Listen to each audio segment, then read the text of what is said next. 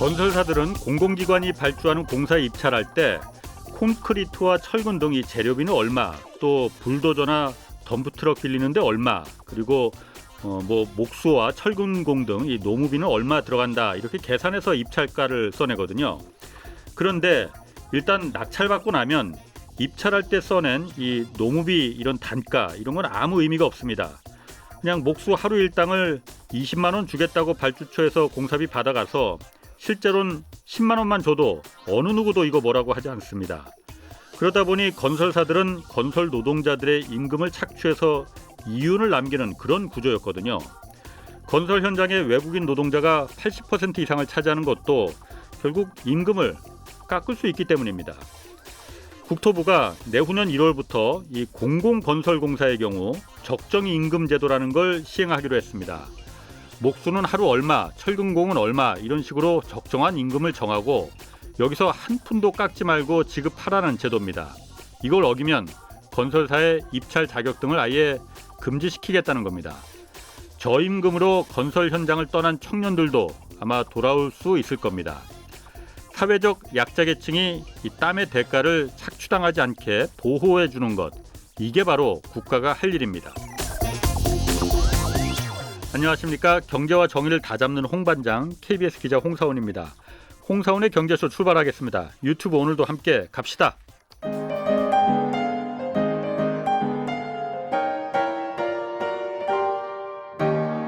대한민국 최고의 경제 전문가와 함께합니다.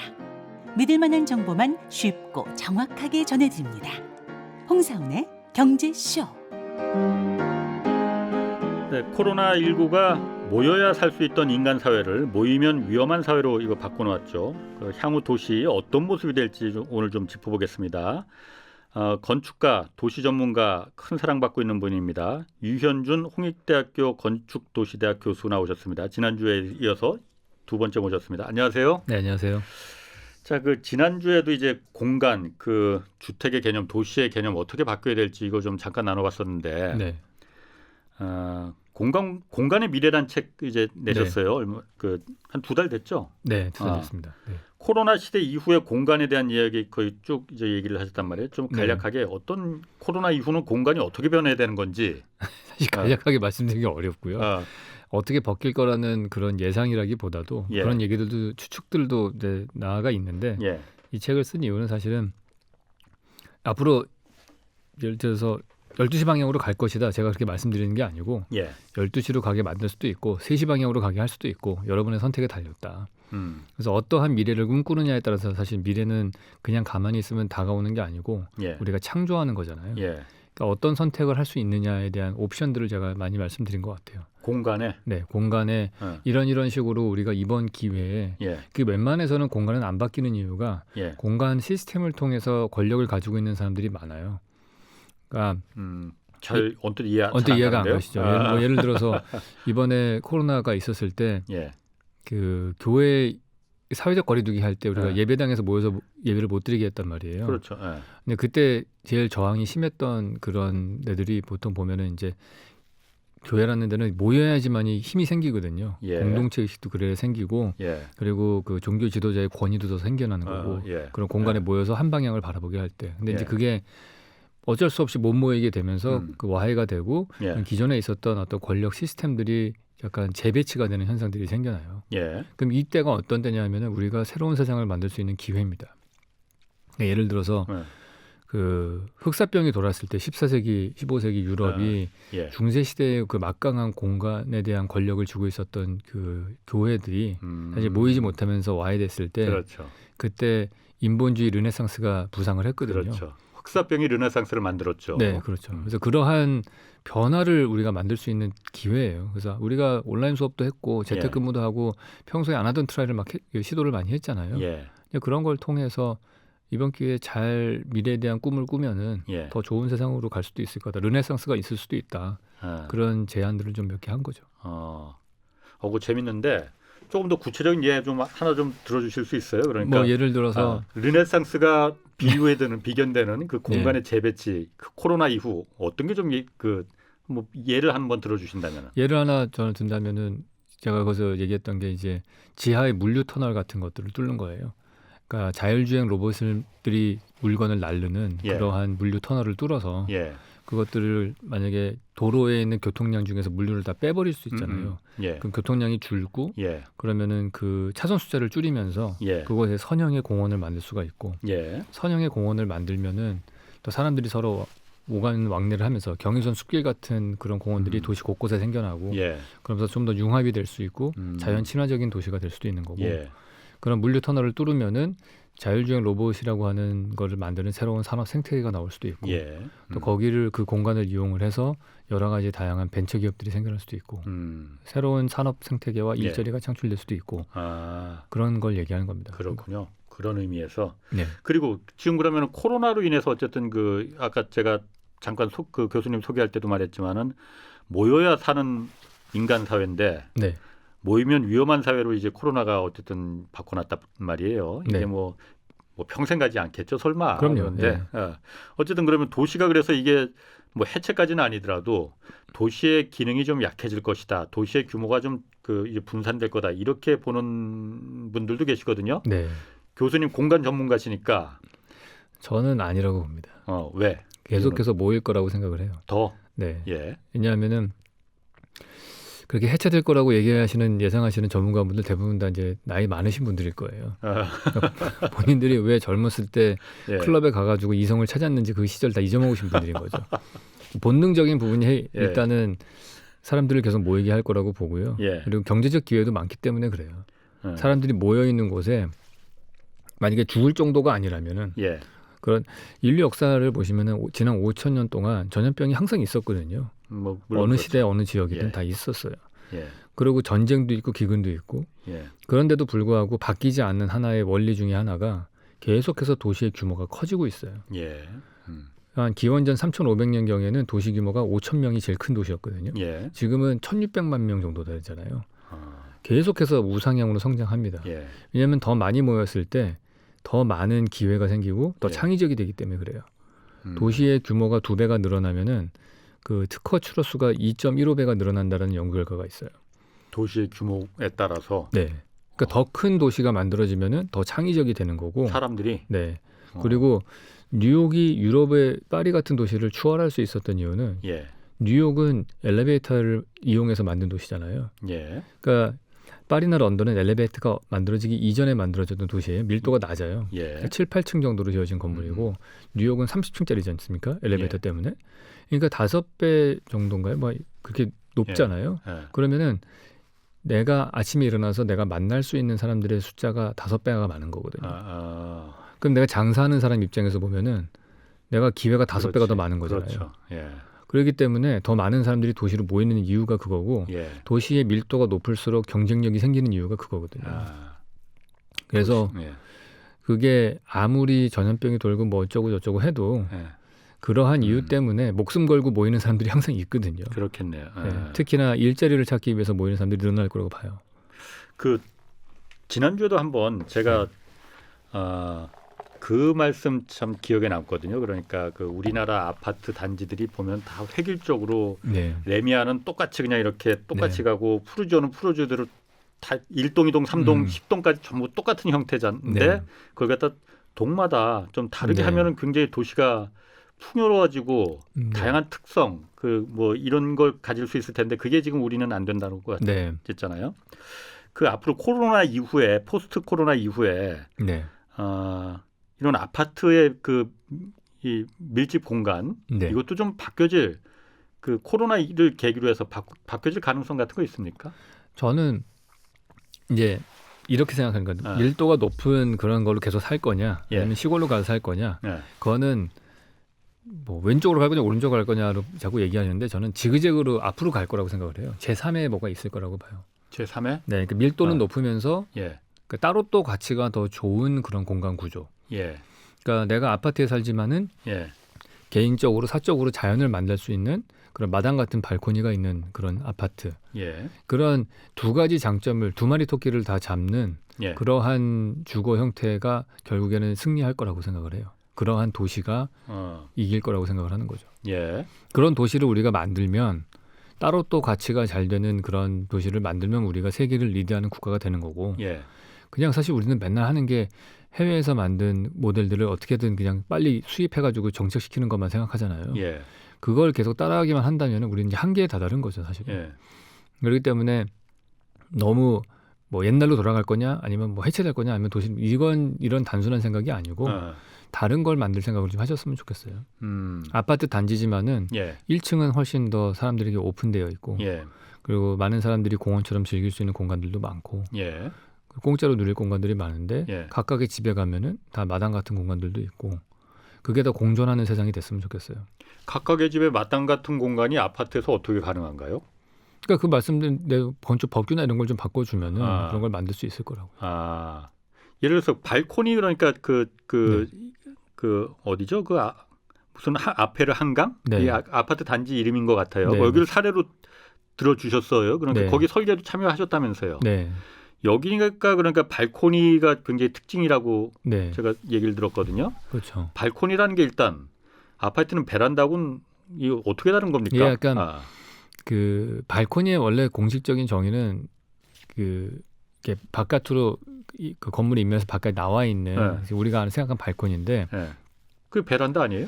그게 비슷비슷한 얘기예요. 거의 예. 같은 얘기인데 우리가 테라스랑 약간 헷갈려하는 부분들이 좀 있어요. 예. 테라스라고 하면은 보통은 원래는 우리가 테라스 하면 하늘이 보이는 그런 공간을 테라스라고 생각을 하는데 예, 원래 예. 테라스는 지금 카페에 있는 1층에 있는 데크 같은 게 테라스거든요. 예. 근데 제가 그 아페르 한강에서 설계할 때는 테라스 같은 발코니를 만드는 게 포인트였어요.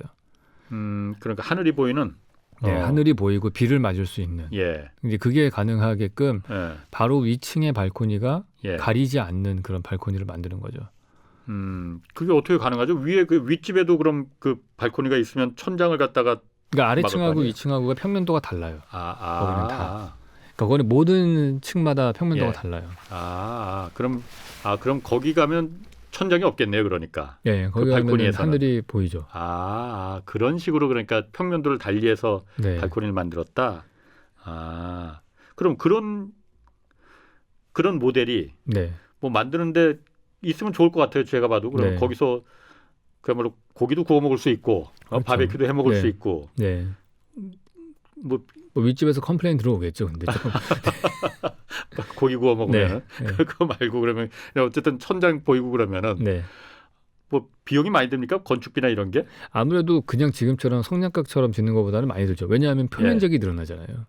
그런 건물의 면에서? 표면적이 늘어나서 방수공사나 이런 것들이 늘어나고요. 예. 사실 지금도 우리나라의 오피스텔 건축을 보시면은 발코니들이 있는 세대가 있거든요. 예. 그게 건축법을 교묘하게 바꾼 거예요. 사실은 그건 발코니가 뭐 허용이 안 돼요. 오피스텔은. 예. 근데 아래층에 있는 오피스텔을 약간 좀 밖으로 내게 만들고 예. 위층을 뒤로 안으로 들여요. 예.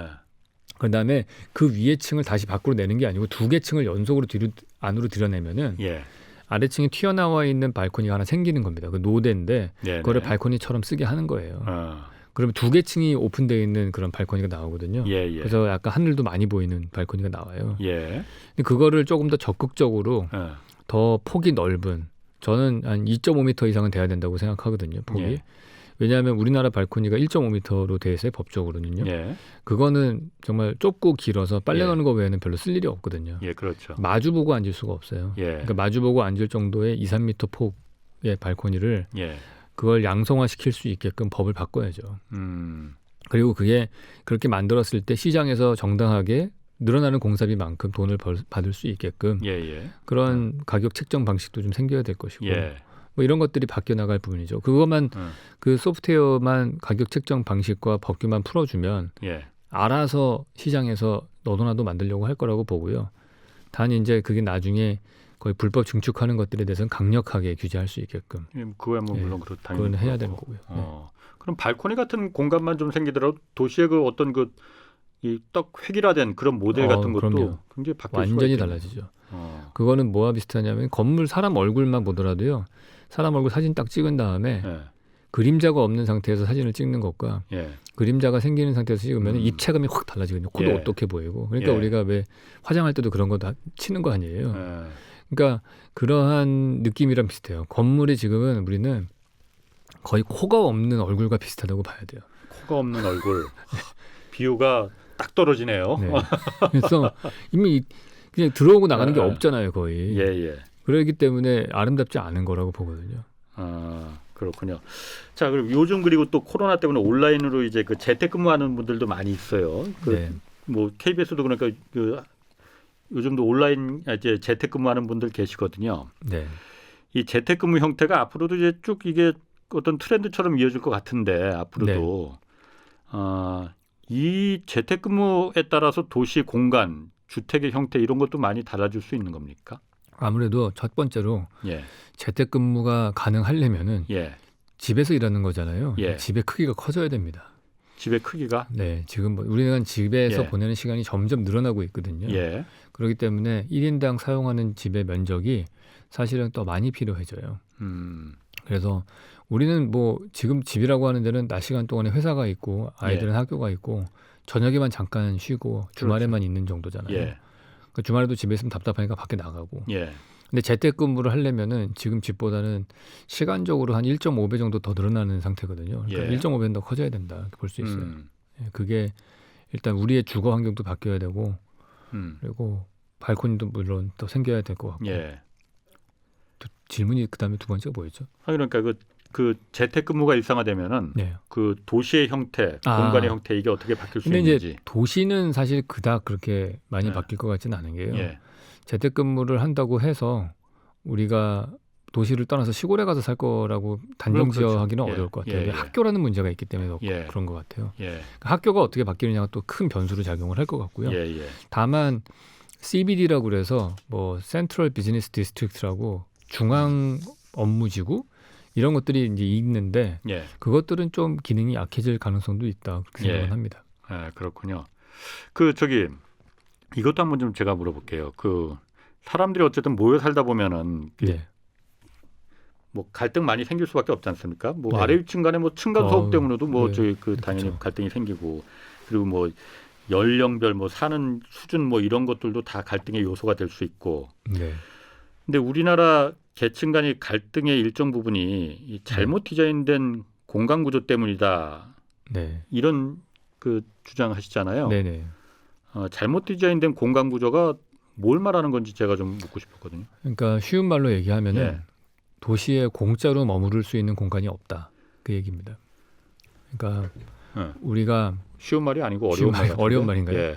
우리가 이제 그런 생각을 해볼 수 있어요. 우리가 길거리를 걸으면은 아침에 현관문 열고 나오시면은요 만나는 모든 공간들은 이동해야 되는 공간이에요. 인도를 걷거나 차를 타고 이동하거나 그렇기 때문에 어디 앉아서 쉴 데가 없어요. 공원도 없고 길거리엔 벤치가 일단 없죠. 그러면은 앉을 데가 없으니까 앉으려면 우리는 돈을 내고 커피숍에 들어갑니다. 그래서 전 세계에서 단위 면적당 커피숍 숫자가 가장 많은 도시가 서울이에요. 그러니까 근데 문제는 뭐냐면 돈이 많은 사람은 5,000원 내고 스타벅스를 가고요. 돈이 적은 사람들은 1,500원 내고 더 싼 커피숍을 가잖아요. 그러면은 돈이 많은 사람과 적은 사람이 한 공간에 있을 가능성이 없어요. 왜냐하면은 우리나라 도시에는 머무르려면 다 돈을 내야 되기 때문에. 그러면은 같은 도시에 20년을 살아도 돈이 많은 사람들이 경험하는 추억과 그렇지 않은 사람들이 경험하는 추억은 완전 다른 추억이거든요. 그런 면에서 그러면 서로를 이해하기가 점점 힘들어지죠. 예를 들어서 제가 해외에 나가서 처음으로 이제 외국 친구들을 사귈 때 제일 빨리 먼저 친해진 친구들이 어떤 애들이냐 일본 애들이에요. 일본 애들, 홍콩 애들 이런 애들은 친해져요. 그 이유가 뭐냐면은 같은 아시안이기 때문에 그런 거 아니에요?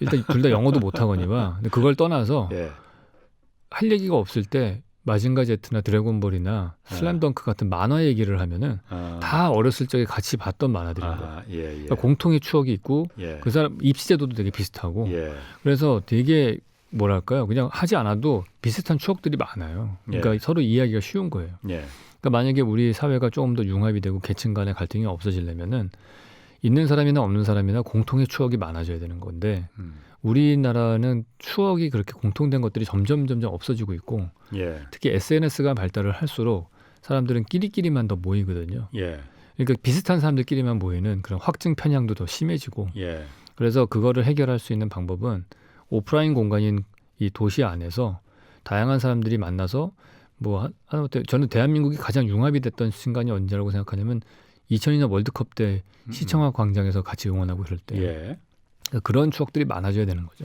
일상의 생활 속에서. 그러니까 있는 사람이나 없는 사람이나 그런 걸 이제 소셜 믹스라고 하잖아요. 네, 그렇죠. 근데 지금 당장 우리나라 같은 경우에 뭐 아파트 재건축, 뭐 재개발 지을 때 임대주택 얼마 의무적으로 소셜 믹스를 이제 하기 위해서 강제하지 않습니까?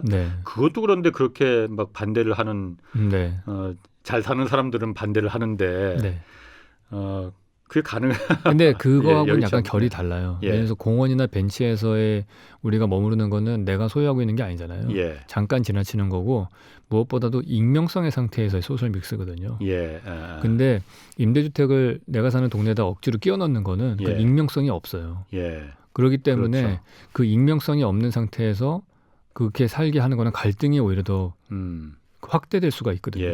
그래서 저희가 소셜 믹스를 자꾸 얘기하는데 그 소셜 믹스는 익명성의 상태에서 1층 그라운드 레벨에서 이루어져야 된다. 그래서 벤치나 공원이나 그다음에 아파트 단지의 개방성 이런 것들을 더 강조하는 거거든요. 근데 우리나라 사람들이 아파트 단지의 그 많은 조경들을 오픈하지 않는 여러 가지 이유가 있겠지만은 그 중에 하나가 자기 마당이 없어서 그런 거거든요. 그게 마지막으로 남아있는 우리의 마당인 거예요. 자기 집에. 아, 우리 단지에. 네, 우리 단지의 조경은 내가 그나마 편안하게 즐길 수 있는 유일한 자연 환경이잖아요. 그러니까 사실은 거기 편하지도 않아요. 내려가봤자 뭐 다른 사람들이 계속 쳐다보기 때문에 제대로 쉬지도 못하는데 만약에 제가 아까 말씀드린 집집마다 마당 같은 발코니가 있는 아파트를 지으면 1층에 대해서 그렇게 소유권을 주장하지 않을 거라고요. 그러니까 얘기를 트레이드를 하는 거죠. 이럴 때. 시에서는 현명하게 너가 마당 같은 발코니가 있는 아파트와 인면들을 설계를 해. 그러고 나서 그러면 용적률을 좀 높여줄게. 대신에 1층은 더 개방성 있게 만들어라. 시민들 누구나 쓸 수 있는 공원처럼 디자인을 해라. 그렇게 딱 하면은 얻을 건 얻고 줄 건 주고. 얻을 건 얻는 1층의 개방성을 우리는 얻는 거고 시는 그리고 시민들 누구나 쓸 수 있는 거고 줄 거는 용적률과 높이 제한과 이런 걸 풀어주고 마당 같은 발코니가 있게 해주는 거죠. 그럼 그 사람의 재산이 올라가는 거잖아요. 제가 바둑을 두라는 얘기가 그거예요. 그걸 굳이 바둑돌을 꼭 임대주택을 거기다 꾸겨 넣어가지고 거기다가 넣겠다고 하지 말고 1층을 오히려 스마트하게 1층을 얻어라. 줄 거는 주고 그러니까 뭘 주고 뭘 얻어내야 되는지에 대한 선택이 좀 잘못되어 있는 거예요. 그러니까 계속해서 그 사람의 본능과 싸우는 그런 뭐 그걸 힘으로 누르려고 하다 보니까 어떤 일이 되냐면 그래서 뭐 30%꼭 임대로 넣어야 되고 이런 식으로 힘으로 그걸 억압을 하려고 하니까 이 사람들은 그래 네 힘 없어질 때까지 기다릴게. 정권 바뀔 때까지 뭐 안 하지 뭐 우리는.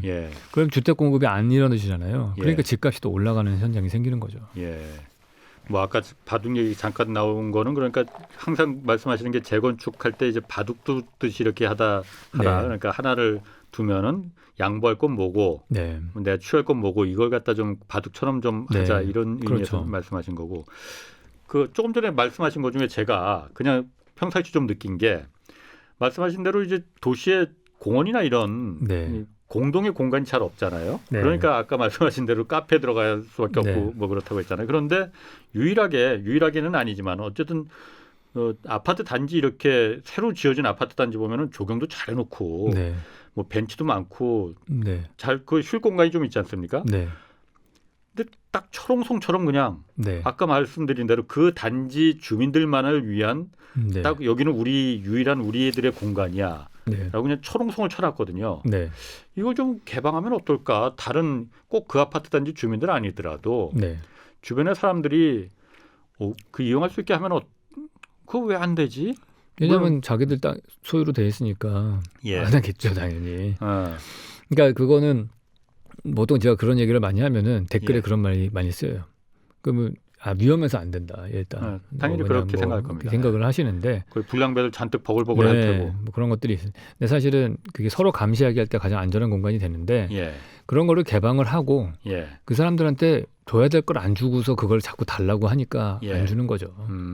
줄 거는 주고 그다음 뺏을 건 뺏고 얻을 건 얻고. 그렇군요. 그게 사실은 장사의 기본이거든요. 그러니까 저는 우리나라 사람들이 그런 사고방식을 이게 사실 뿌리 깊은 유교에서 시작됐다고 저는 생각을 해요. 유교에서? 우리나라가 왜 정치를 하면 항상 싸우려고 들고 왜 이런 유연한 사고방식을 못하냐 하면은 상업이 발달하지 않아서 그래요. 상업을 하는 사람들은 기본적으로 내가 얻을 거는 얻고 네가 얻는 건 난 상관 안 할게. 내가 얻을 것만 얻고 너 줄 건 주게. 딱 이게 된단 말이에요. 계약이라는 거잖아요. 근데 우리나라 사람들은 유교 사상이기 때문에 자꾸 가르치려고 들어요. 야, 대의가 이건데 네가 생각을 바꿔야지. 이런 사고방식을 갖고 있단 말이에요. 그게 우리나라는 예로부터 산업공상으로 돼 있잖아요. 그러니까 상인이 지금 밑바닥이고 근데 그렇게 된 이유는 딴 게 아니고 도시가 없어서 그런 거예요. 밀도가 높은 도시가 없으니까 장사가 없었거든요. 비즈니스라는 것 자체가. 도시가 왜 안 만들어졌냐 하면은 우리는 온돌 때문에 밀도가 다 단층짜리 건물밖에 없어서 밀도가 높은 도시를 가진 적이 없어요. 우리는. 그러니까 장사가 발달하지 않은 거예요. 그러니까 그게 뿌리 깊게 우리들의 사고방식과 결국에는 정치에까지도 영향을 미치는 것 같아요. 이게 온돌 문화가 또 여기까지 그 다 연관이 있었네요. 그럼 예를 들어서 같은 벼농사 지역이어도 일본은 좀 다르거든요. 일본은 상업이 발달했잖아요. 왜냐하면 그 사람들 온도를 안 써요. 지진 때문에 구들장이 내려앉기 때문에. 그러니까 일본은 보면 150년대 구동집 뭐 이런 거 있다고 하잖아요. 그 되게 옛날에 뭐 대대손손이 뭐 가업을 물려받고 되게 훌륭하다 뭐 이렇게 얘기를 하는데 딴 게 아니에요. 걔네는 200년 전에도 밀도가 높은 도시가 있었기 때문에 그런 거예요. 우리나라는 밀도가 낮으니까 5일장을 치렀잖아요. 그러면 닷새 만에 한 번씩 모여요. 그럼 국밥집이 열려요. 근데 시장 끝나면 다시 해산해야 돼요. 그러니까 장사를 계속 할 수가 없는 구조인 거예요. 그래서 비즈니스가 발달하지 않고 그리고 계속해서 우리는 입신양명 그러니까 과거 시험 봐가지고 내가 벼슬을 해야 된다. 그렇지. 그게 그리고 내가 조금 더 공부해가지고 딴 사람 가르쳐야지 뭐 이런 생각밖에 안 하잖아요. 그게 좀 더 비즈니스 마인드를 우리 국민들이 더 가져야 될 것 같아요. 어쨌든 거기까지 이렇게 다 연결이 되네요. 자, 도시의 공간이 그러니까 아까 말씀하신 대로 그 카페에 들어가지 않으려면은 쉴 수 있는 공간이 서로 믹스될 공간이 필요하다고 했는데 용산공원 이거 얘기 있습니다. 이 지금 이 미군 부대 이전 마치고 나면은 용산공원 이거 어떻게 활용해야 되느냐. 지금은 이제 공원으로 계속 간다고 이제 돼 있는데 여기에 그 좋은 부지를 지금 서울에 집이 모자라서 이렇게 한다는데 그걸 왜 공원에 만드느냐. 그러면 용산 지역 그 인근에 있는 용산 사람들만 혜택을 다 주는 그 사람들이 앞마당이 되는 거 아니냐. 서울 사람들 남산 있어도 남산 안 간다. 그러니 거기 아파트 지어야 된다라고 주장하는 분들. 그러니까 아파트를 그러니까 그 이제 공공적인 성격의 아파트를 지어야 된다. 뭐 이런 얘기를 하시는 분들도 있고 용산공원 활용 이거 정말 핫합니다. 어떻게 해야 된다고 생각하십니까? 제가 소셜 믹스를 위한 공원을 많이 말씀을 드렸는데 공원은 사실은 크게 두 종류가 있어요. 근린공원의 기능을 갖는 것들도 있고 하나는 생태공원도 있거든요. 사실 용산공원이라고 하는 거는 이 정도의 대규모 도시라면은 생태공원 정도의 기능으로 유지를 해야 된다고 봅니다. 저는. 생태공원 기능 정도로. 남산도 우리가 거기다가 좋은 테라스 아파트 지을 수 있죠. 근데도 왜 안 짓냐면은 그 생태공원으로서 보존할 가치가 있기 때문에 하는 거죠. 아니 그 생태공원을 없애면서까지 지금 안 그래도 코로나 같은 전염병이 생기는 이유가 인간이 계속해서 자기의 서식지를 넓혀나가서 자연을 훼손하기 때문에 생겨나는 건데 그것까지도 집을 짓겠다고 하느니 차라리 거기다가 집 짓지 말고 그 지역을 제외한 모든 지역의 용적률을 한 50%더 높이는 쪽으로 바꾸면은 거기에 집 안 짓고도 모든 주택 문제 다 해결됩니다. 뭐 그렇게 간단한 방법이 있는데 뭘 굳이 그러면 그걸 개발을 하면 누가 좋으냐?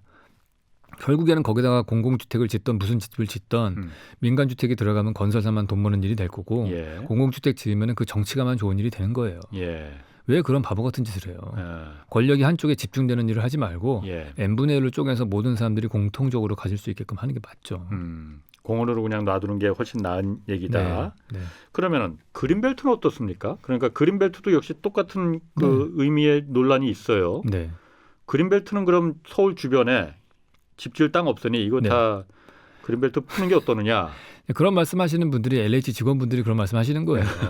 무슨 주택 문제만 생기면은 그런 녹지를 다시 택지로 만들어야 된다. 그러면 누가 좋으냐면은 LH 직원들하고 건설사만 좋아요. 왜냐면 LH는 그거 개발해서 돈 벌고 그러면 건설사는 왜 좋아하냐면은 정말 손쉽게 땅을 살 수 있거든요. 그 정도 덩어리의 땅을 살 수 있는 거는 메이저 건설사밖에 없어요. 그럼 걔네들 사가지고 건물 짓고 팔면은 당연히 팔리죠. 새 집이 거기밖에 없으니까. 걔네 둘만 좋아요. 거기다가 하나 좋다면은 또 뭐 그 지역의 지역구 국회의원 좋겠죠. 그 뭐 토지 보상 받고 그린벨트 풀어줬으니까.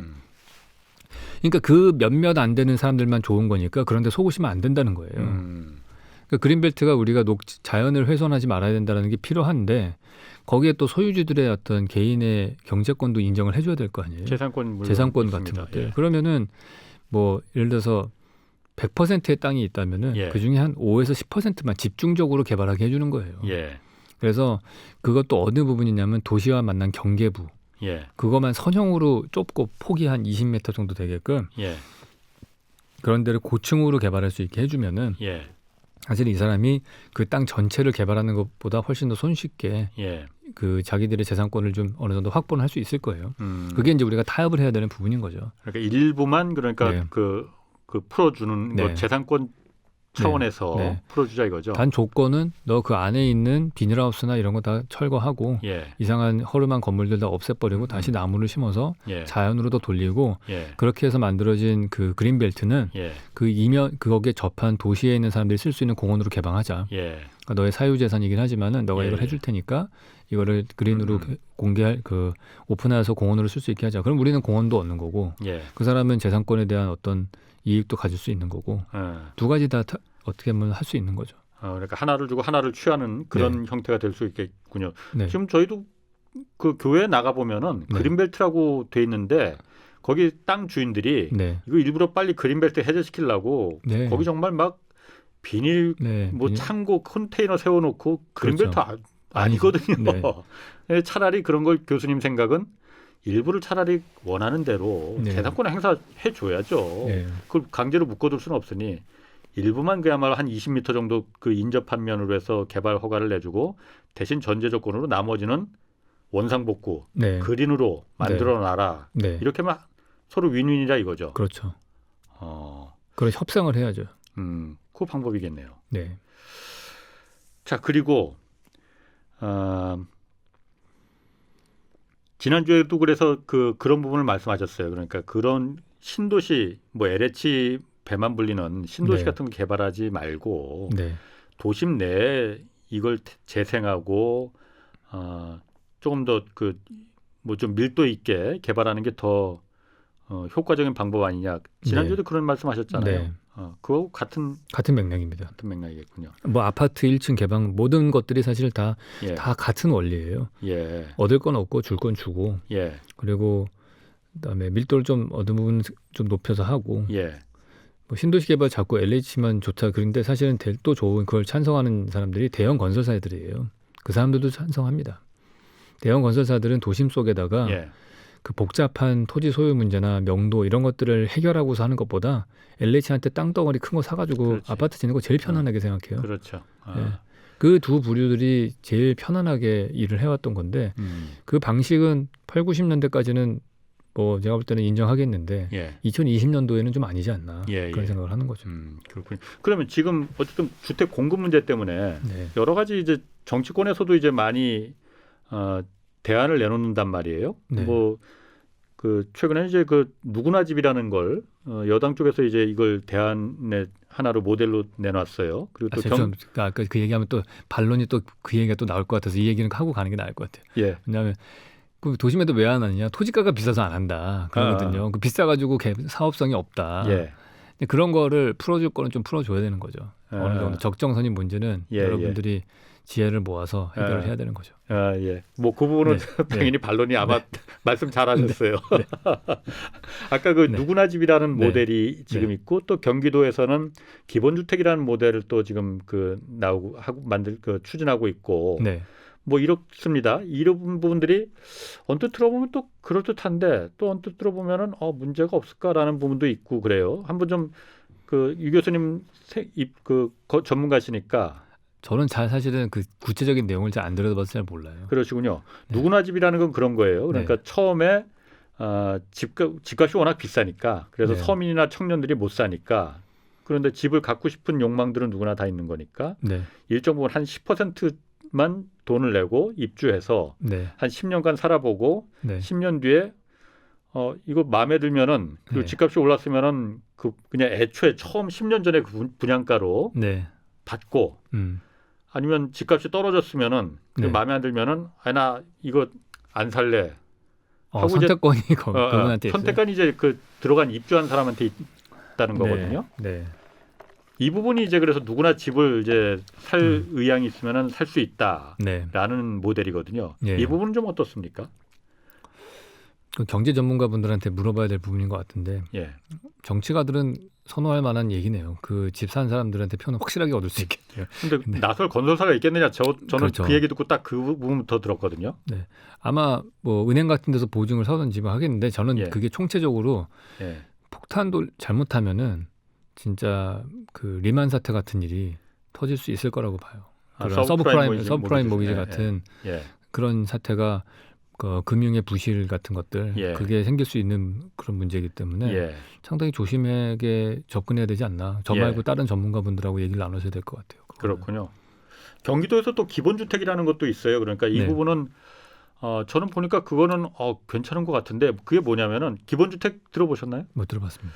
그거는 그 경기도에서도 지금 3기 신도시 같은 거 이렇게 막 개발하잖아요. 네. 역세권 그러니까 제일 핵심 지역에 이거 민간사들한테 LH가 뭐 팔듯이 뭐 현대건설, 대우건설에 팔듯이 안 팔고 거기는 공공이 임대주택으로 만들겠다. 그런데 임대주택하면 우리가 뭐 낙인 효과가 있잖아요.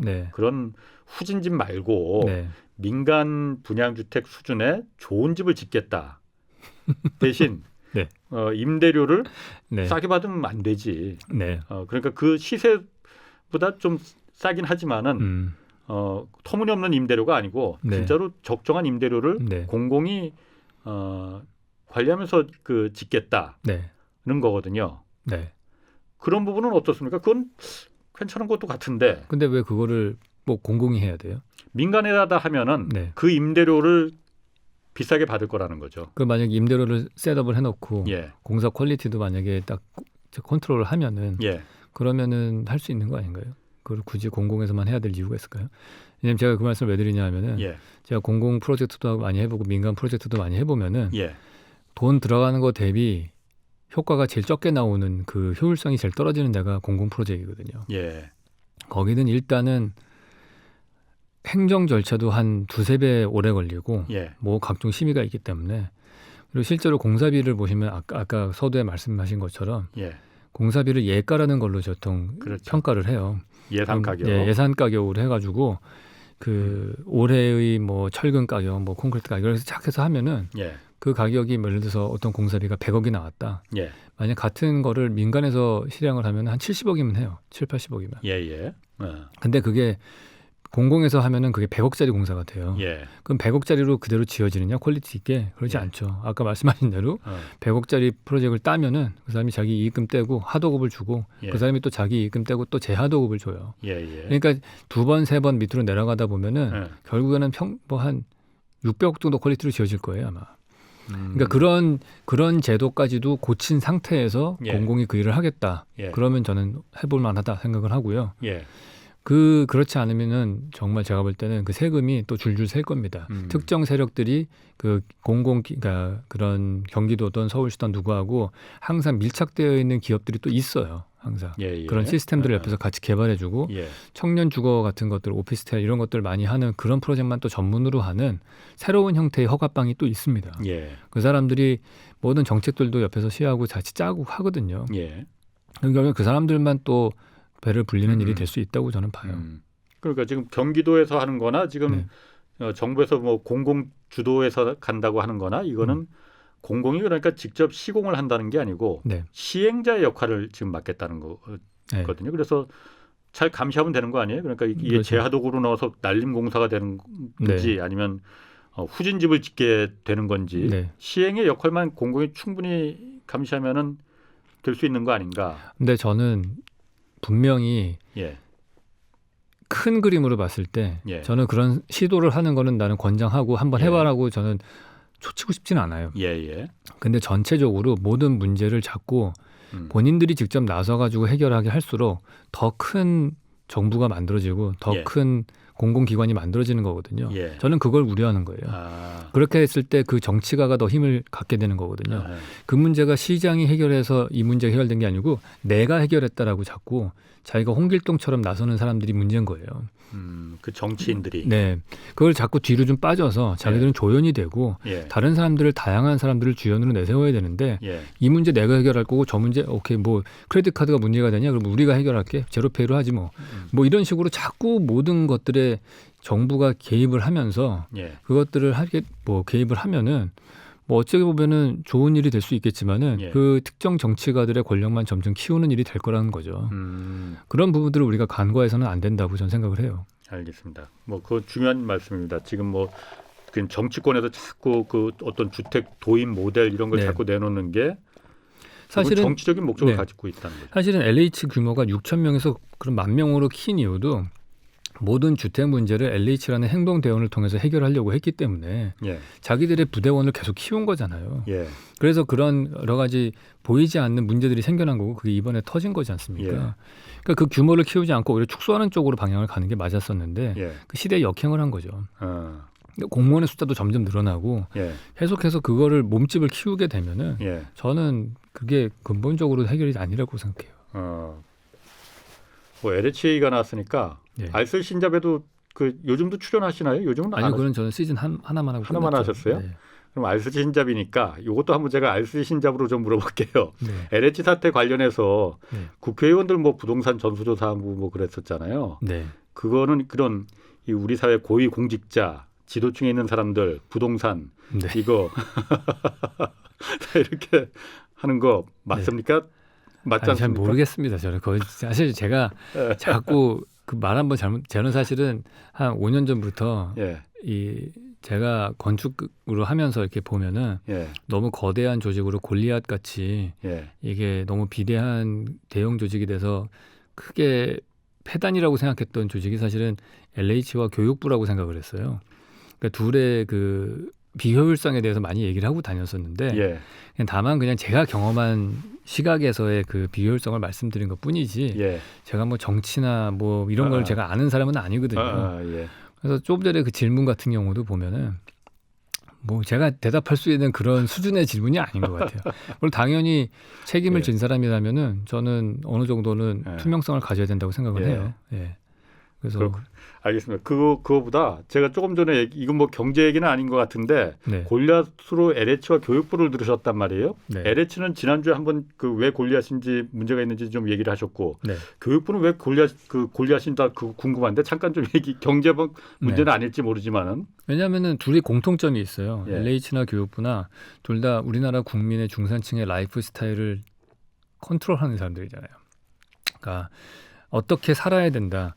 제 어렵는 우리나라 중산층은 85제곱미터가 중산층의 기준 모델이잖아요. 주거 형태 같은 거. 그리고 이런 식으로 배치하고 동간 간격은 이렇게 해야 되고 각종 주택에 대한 룰들을 정해놨단 말이에요. 그게 LH고 그게 지금의 우리의 도시의 모습을 많이 만들어놨던 거고 교육부 같은 경우도 우리나라 국민이 초중고 교육은 어떻게 받아야 되고 학교는 이렇게 운영해야 되고 그 지원금을 주면서 국민 세금으로 받은 지원금을 주면서 이래라 저래라 참견 되게 많이 하거든요. 그러니까 그런 것들이 사실은 다양성을 없애는 일인 거죠. 아무리 뭐 교육청 직선제로 뭐 교육감을 직선제로 뽑고 어쩌고 저쩌고 한다고 하더라도 우리나라는 교육의 다양성 부분이 사실 입시에 너무나 제약을 받기 때문에도 있겠지만은 일단 교육부가 막강한 권력을 갖고 있어요. 뭐 이것도 역시 뭐 제가 갖고 있는 뭐 일천한 그런 경험에 의해서 근거를 하는 건데 제가 학교 건축도 해보고 뭐 학교에 뭐 화장실 개선 운동도 같이 참여해보고 뭐 이렇게 해보면은 가장 그 고압적인 태도를 취했던 분들이 다 그런 쪽 사람들이었거든요. 그래서 기존에 하던 거에서 조금만 새로운 걸 하려고 하면은 다 거부를 하는 그런 관성이 너무 강한 조직들이었기 때문에 그리고 그게 워낙에 그 규모가 커서 어떻게 대항할 수가 없는 골리앗 같은 존재예요. 학교에 계시니까는 더 그런 부분을 좀 체감하실 수가 있겠군요. 뭐 사실 전 뭐 대학에 있으니까 그거를 크게 못하더라도 저는 그냥 제가 경험한 거는 그 초중고 학교 설계를 할 때 교육청과 그 협의를 하는 과정 중에서 되게 그 제약이 되게 많구나 그런 걸 많이 느꼈어요. 뭐 사실 저도 개인적인 뭐 개인적인 생각을 말하면 좀 그렇지만은 네. 우리나라 교육이 살려면은 네. 교육부가 있는 한 교육이 저게 살아날까 하는 네. 그 생각 좀 듭니다. 뭐 오늘 경제 얘기만 하시죠. 네. 자, 또 하나 이런 얘기 있습니다. 네. 가난한 사람은 온라인에 모이고 네. 부자일수록 오프라인에 모인다. 네. 온라인 오프라인 모임. 예.